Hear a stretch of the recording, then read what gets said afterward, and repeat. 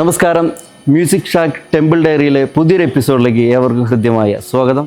ഇന്ന് നമ്മൾ എത്തിയിരിക്കുന്നത് കോട്ടയം ജില്ലയിലെ രാമപുരത്തിനടുത്ത് അമനകര ശ്രീ ഭരതസ്വാമി ക്ഷേത്രത്തിലാണ്. ഈ ക്ഷേത്രത്തിൻ്റെ ഐതിഹ്യങ്ങളും മറ്റു കാര്യങ്ങളും നമുക്ക് ഇവരോട് ചോദിച്ചറിയാം.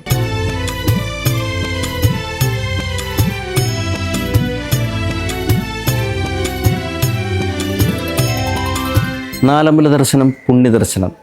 നാലമ്പല ദർശനത്തിൽ തീർച്ചയായും നമ്മൾ ഓരോരുത്തരും വന്നിരിക്കേണ്ട അതിപുരാതനവും പ്രശസ്തമായ ക്ഷേത്രമാണ് അമനകര ശ്രീ ഭരതസ്വാമി ക്ഷേത്രം.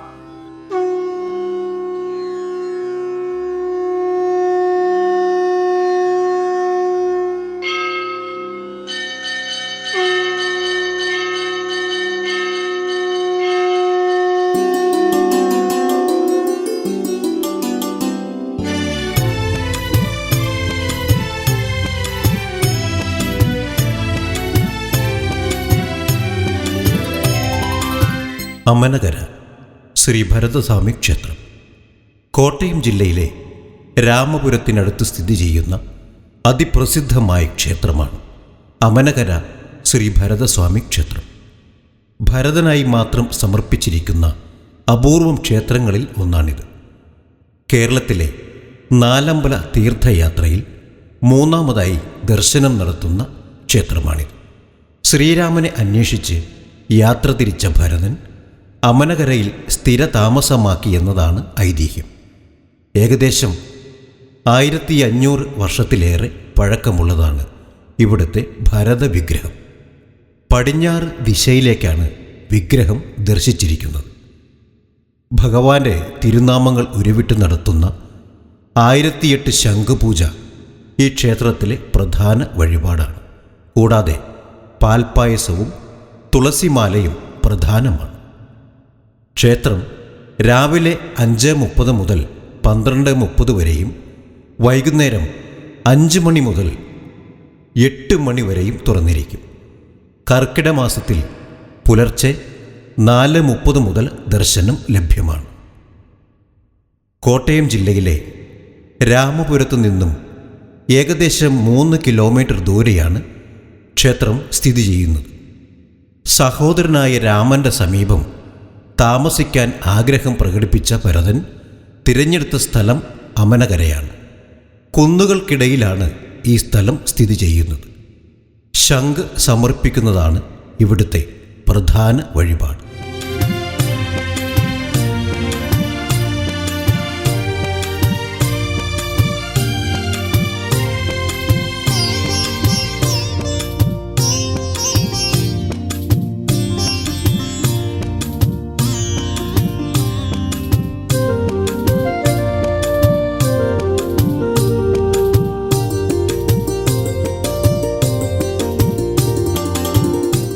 കഥകളിൽ 5 മനകളുടെ നാടാണ് അമനകര.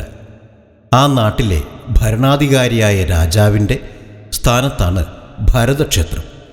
സീതയുടെ ദേഹപരിത്യാഗത്തിനു ശേഷം ശ്രീരാമൻ രാമപുരത്തും പിന്നാലെ എത്തിയ ഭരതൻ അമനകരയിലും ധ്യാനത്തിലിരുന്നെന്നാണ് വിശ്വാസം. രാവണനെ നിഗ്രഹിച്ച് ത്രൈലോക്യ സംരക്ഷണം ആയിരുന്നല്ലോ രാമാവതാരത്തിൻ്റെ ലക്ഷ്യം. എന്നാൽ അമിത ബലശാലികളായ മറ്റനേകം രാക്ഷസന്മാരെ കൂടി നിർമ്മാർജ്ജനം ചെയ്യേണ്ടതിലേക്കായി സന്തത സഹചാരികളായ ശംഖുചക്രങ്ങൾക്കും ശയ്യയായ ആദിശേഷനും സഹോദരങ്ങളായി അവതരിക്കാൻ ഭഗവാൻ അവസരം നൽകി. പാഞ്ചജന്യ ശംഖാണ് ഭരതൻ. ലക്ഷ്മണൻ ആദിശേഷനാണ്. ശത്രുസംഹാരിയായ സുദർശന ചക്രത്തിൻ്റെ അവതാരമാണ് ശത്രുഘ്നൻ. 4 ദർശിക്കുമ്പോൾ വ്യത്യസ്ത ഭാവരൂപങ്ങളിലെ ഭഗവത് ദർശനം സാധ്യമാവുന്നു എന്നും വിശ്വാസം. രാമായണ മാസമായി ആചരിക്കുന്ന കർക്കടകത്തിലാണ് നാലമ്പല യാത്ര പുണ്യമാവുന്നത് എന്നും വിശ്വസിക്കപ്പെടുന്നു. കലിയുഗത്തിൽ മോക്ഷപ്രാപ്തിക്കുള്ള ഏക മാർഗം ഭഗവത് ദർശനം മാത്രമാണ്. രാമായണ കഥ കേട്ടുണരുന്ന കർക്കിടക മാസത്തിൻ്റെ പുണ്യനാളുകളിൽ ശ്രീരാമ ലക്ഷ്മണ ഭരത ശത്രുഘ്ന ക്ഷേത്രങ്ങളിൽ ഒരേ ദിവസം ദർശനം നടത്തുന്ന പൂർവിക ആചാരമാണ് നാലമ്പല ദർശനം എന്ന പേരിൽ പ്രശസ്തമായിട്ടുള്ളത്. നാലമ്പല ദർശനം ഒരേ ദിവസം ഉച്ചപൂജയ്ക്ക് മുമ്പ് പൂർത്തിയാക്കുന്നത് ഏറ്റവും ഉത്തമമാണ്. രാമായണം ഒരു പ്രാവശ്യം വായിക്കുന്നതിന് തുല്യമായാണ് നാലമ്പല ദർശനത്തെ കണക്കാക്കുന്നത്. മനസ്സും ശരീരവും ശുദ്ധീകരിച്ച് പുതുവർഷത്തെ സമൃദ്ധിയിലേക്ക് വരവേൽക്കാനും കൂടിയാണ് രാമായണ മാസത്തിൽ നാലമ്പല ദർശനം നടത്തുന്നത്.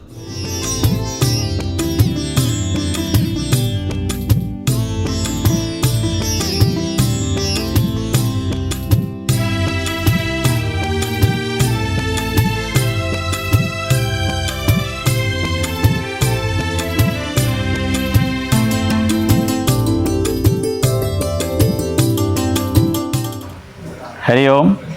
നാലമ്പല ദർശനം പുണ്യദർശനം. എല്ലാ ഭക്തജനങ്ങൾക്കും രാമപുരത്തെ പവിത്രവും പരിപാവനവുമായ നാലമ്പല ക്ഷേത്രങ്ങളിലേക്ക് സ്വാഗതം, സുസ്വാഗതം. കേരളത്തിലെ പ്രശസ്തമായ നാലമ്പല ക്ഷേത്രങ്ങളാണ് കോട്ടയം ജില്ലയിലെ രാമപുരം പഞ്ചായത്തിലുള്ള 4 വൈഷ്ണവ ക്ഷേത്രങ്ങൾ. രാമപുരത്ത് ശ്രീരാമസ്വാമിയും, കൂടപ്പലം ഗ്രാമത്തിൽ ലക്ഷ്മണസ്വാമിയും, അമനകരയിൽ ഭരതസ്വാമിയും, മേതിരി എന്ന ഗ്രാമത്തിൽ ശത്രുഘ്നസ്വാമിയും അധിവസിക്കുന്ന പുണ്യസങ്കേതങ്ങളാണ് നാലമ്പല ക്ഷേത്രങ്ങൾ എന്ന് അറിയപ്പെടുന്ന മഹാക്ഷേത്രങ്ങൾ.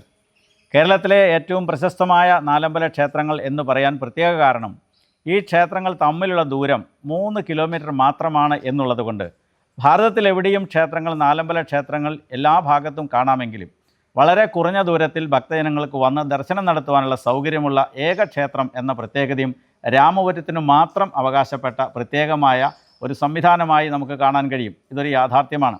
അതുകൊണ്ടാണ് ലക്ഷോപലക്ഷം വരുന്ന ഭക്തജനങ്ങൾ കർക്കിടക മാസത്തിൽ, രാമായണ മാസമായി ആചരിക്കുന്ന കർക്കിടക മാസത്തിൻ്റെ പുണ്യനാളുകളിൽ രാമമന്ത്ര ജപത്തോടെ രാമപുരത്തേക്ക് ഒഴുകിയെത്തിക്കൊണ്ടിരിക്കുന്നത്. അഭൂതപൂർവമായി എല്ലാ വർഷവും ഭക്തജനങ്ങളുടെ ഒഴുക്ക് ഈ ക്ഷേത്രങ്ങളിലേക്ക് വർദ്ധിച്ചു വരുന്നു.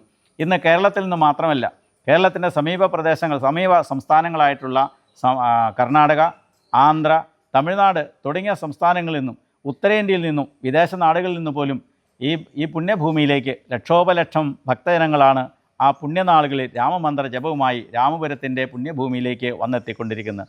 വളരെ പ്രകൃതി രമണീയമായിട്ടുള്ള കാർഷിക ഗ്രാമമായിട്ടുള്ള ഈ പ്രദേശത്തെ കാണുവാനും ഭഗവാന്റെ അനുഗ്രഹാശിസുകൾ ഏറ്റുവാങ്ങാനുമായി വന്നെത്തിക്കൊണ്ടിരിക്കുന്ന ഭക്തജനങ്ങൾക്ക് അനുഭവസ്ഥരായ നിരവധി ആളുകളുടെ പ്രചാരണത്തിലൂടെ അവർ കൊടുക്കുന്ന, അവരുടെ ഹൃദയത്തിൽ നിന്നും അവർ പകർന്നു കൊടുക്കുന്ന ആ ഭക്തിനിർഭരമായ സന്ദേശങ്ങളാണ്, ആ അനുഭവസ്ഥരുടെ സന്ദേശങ്ങളാണ് ഈ ക്ഷേത്രത്തിലേക്ക് കൂടുതൽ ആളുകളെ എത്തുവാൻ പ്രേരിപ്പിക്കുന്നത്. ഹരി ഓം. പവിത്രവും പരിപാവനവുമായ അമനകര ശ്രീ ഭരതസ്വാമി ക്ഷേത്രത്തിൻ്റെ തിരുസന്നിധിയിലാണ് നമ്മളിപ്പോൾ ഉള്ളത്. ശംഖ, ചക്ര, ഗദാപത്മങ്ങളിൽ ശംഖാണ് ഭരതസ്വാമിയായി അവതരിച്ചത് എന്ന മഹത്തായ സങ്കല്പവും വിശ്വാസവും ഉള്ളതുകൊണ്ട് പവിത്രമായ അമനകര ശ്രീ ഭരതസ്വാമി ക്ഷേത്രത്തിലെ പ്രധാന വഴിപാട് ശംഖുപൂജ വഴിപാടാണ്. ഉദ്ദിഷ്ട കാര്യസിദ്ധിക്കായി ഭഗവാന്റെ പാതാരബിന്ദങ്ങളിൽ ശംഖ് സമർപ്പിച്ചുകൊണ്ട് നടത്തുന്ന പ്രത്യേക വഴിപാടാണ് ശംഖുപൂജ വഴിപാട്.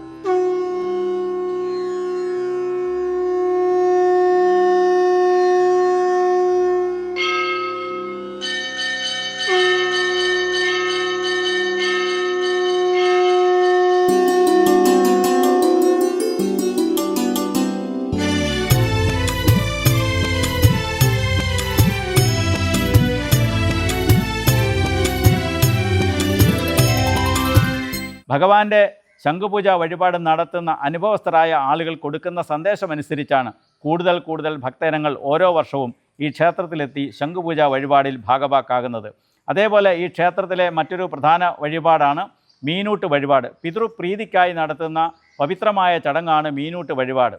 പവിത്രവും പരിപാവനവുമായ അമനകര ശ്രീ ഭരതസ്വാമിയുടെ തിരുസന്നിധിയിലെ പവിത്രമായ ജലാശയത്തിൽ നടത്തുന്ന ഈ മീനൂട്ട് വഴിപാടിൽ ഭാഗഭാക്കാകുവാൻ ലോകത്തിൻ്റെ വിവിധ ഭാഗങ്ങളിൽ നിന്നുള്ള ഭക്തജനങ്ങളാണ് ഈ ക്ഷേത്രത്തിൽ എത്തിക്കൊണ്ടിരിക്കുന്നത്.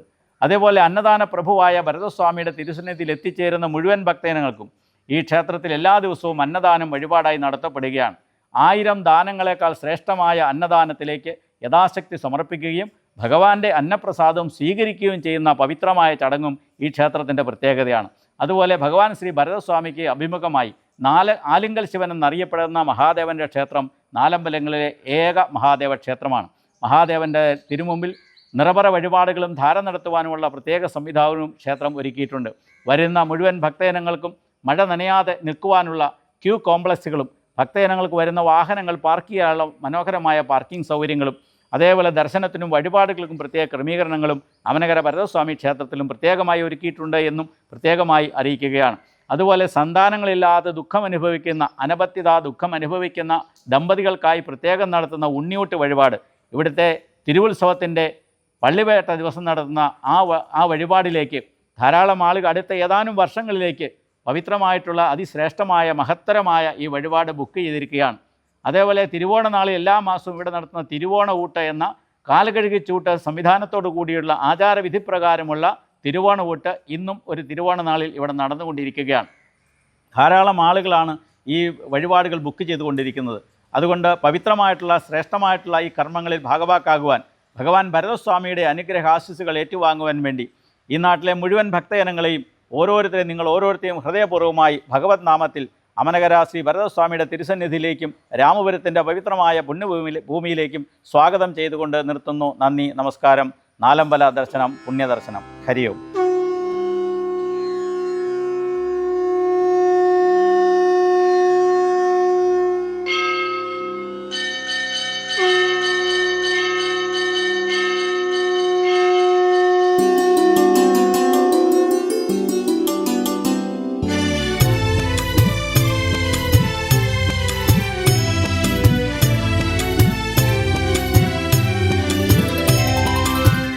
ശ്രീഹരേ നമ.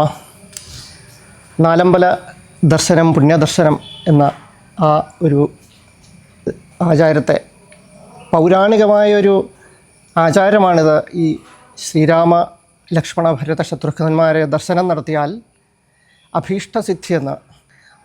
പണ്ട് കാലത്ത് എന്താ വെച്ചാൽ സഞ്ചാരത്തിനുള്ള സൗകര്യം നടക്കുക എന്നുള്ളതാണ്. ഇപ്പോൾ അതല്ല, വാഹന സൗകര്യമുള്ളപ്പോൾ ഈ വളരെ പൗരാണികമായ ഈ ആചാരത്തെ ഈ കുറേ കാലമായിട്ട് വാഹന സൗകര്യം വന്നപ്പോൾ അതിബൃഹത്തായ ഒരു ദർശന രീതിയിൽ വന്നേക്കുക. ഒരുപാട് ഭക്തജനങ്ങൾ വിദേശത്തു നിന്നും അതുപോലെ അന്യ സംസ്ഥാനങ്ങളിൽ നിന്നും ഒക്കെ എത്തിച്ചേരുന്നു.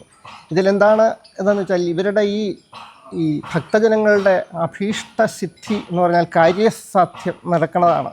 ഇവർക്ക് ഓരോരുത്തർക്കും ഉള്ള അനുഭവങ്ങളാണ് ഈ അഭൂതപൂർവമായ ഈ ഭക്തജനങ്ങളുടെ ുള്ള ആകർഷണീയത.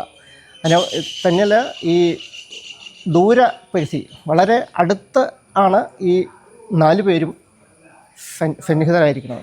അങ്ങനെ ഉള്ള ഒരു പ്രത്യേകതയും കൂടിയുണ്ട് ഈ നാലമ്പല ദർശനത്തിന്.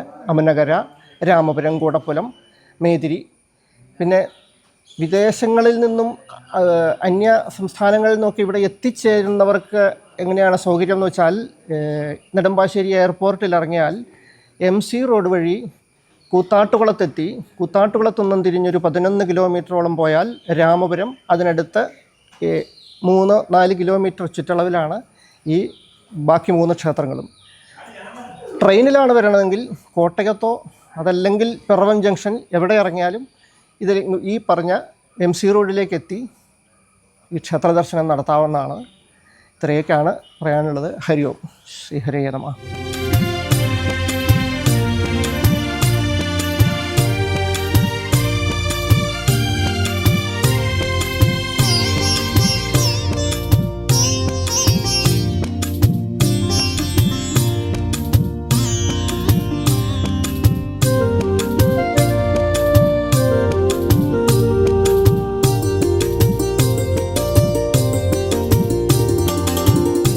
നാലമ്പല ദർശനം പുണ്യദർശനം.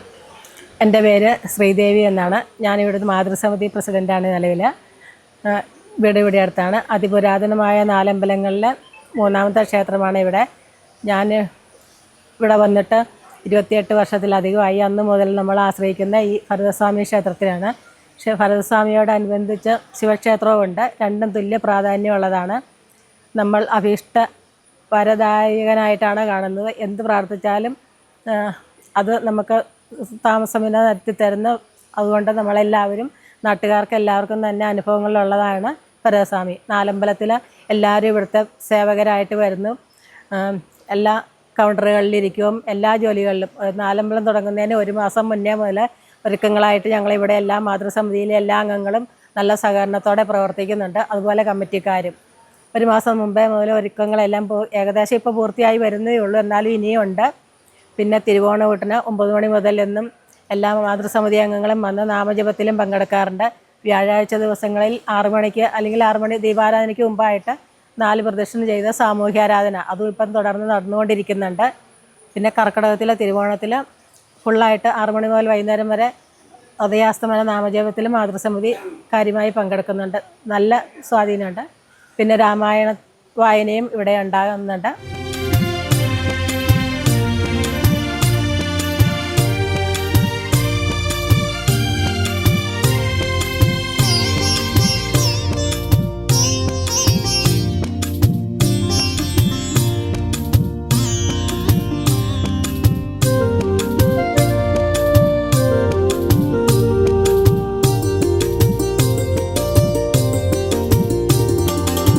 ഭൗതികമായ ആഗ്രഹങ്ങളിൽ നിന്നും ദുഃഖങ്ങളിൽ നിന്നും മോചനം നേടി ഈശ്വര സാമീപ്യത്തിലൂടെ ആന്തരികമായ ഉണർവും ശുദ്ധിയും നേടുകയാണ് ക്ഷേത്ര ദർശനത്തിൻ്റെ ലക്ഷ്യം.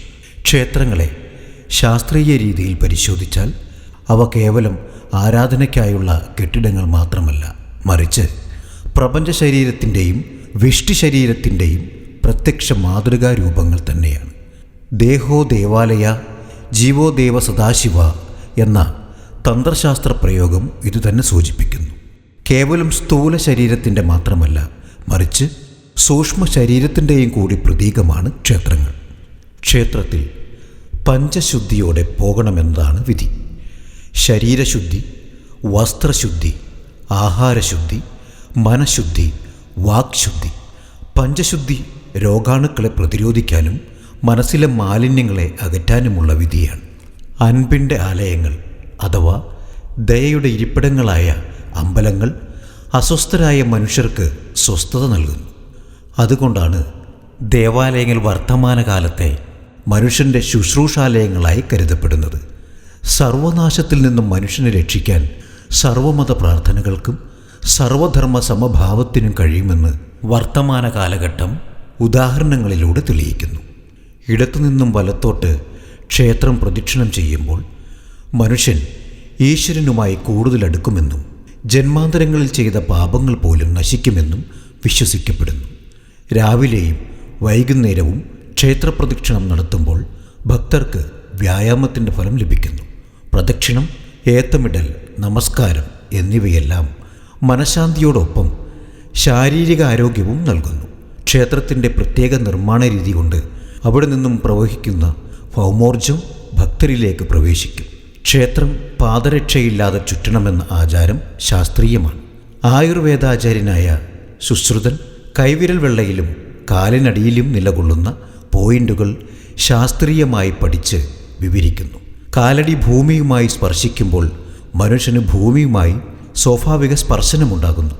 മനുഷ്യനെ നിലനിർത്തുന്ന ഭൂമിദേവിയുമായുള്ള ബന്ധം രോഗപ്രതിരോധ ശക്തി വർദ്ധിപ്പിക്കുകയും ശരീരത്തിലെ രക്തസഞ്ചാരം സുഗമമാക്കുകയും ഉന്മേഷം നൽകുകയും ചെയ്യുന്നു.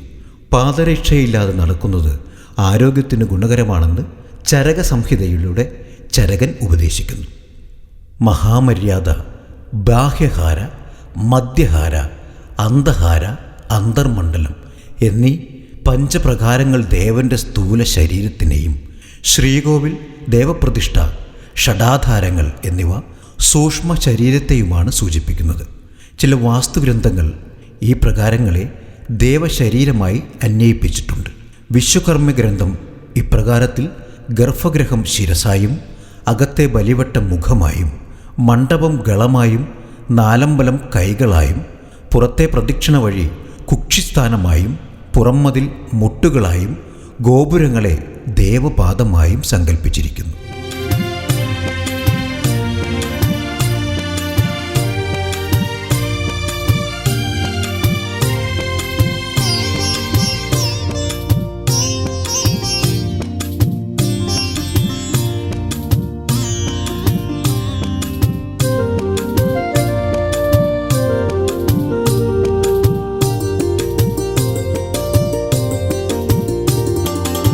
നാലമ്പല ദർശനത്തിൻ്റെ പുണ്യവഴികളിലൂടെ മ്യൂസിക് ഷാക്ക് ടെമ്പിൾ ഡയറിയുടെ പുതിയൊരു എപ്പിസോഡുമായി അടുത്ത ക്ഷേത്രത്തിൻ്റെ വിശേഷങ്ങളുമായി നമുക്ക് വീണ്ടും കാണാം. നന്ദി, നമസ്കാരം.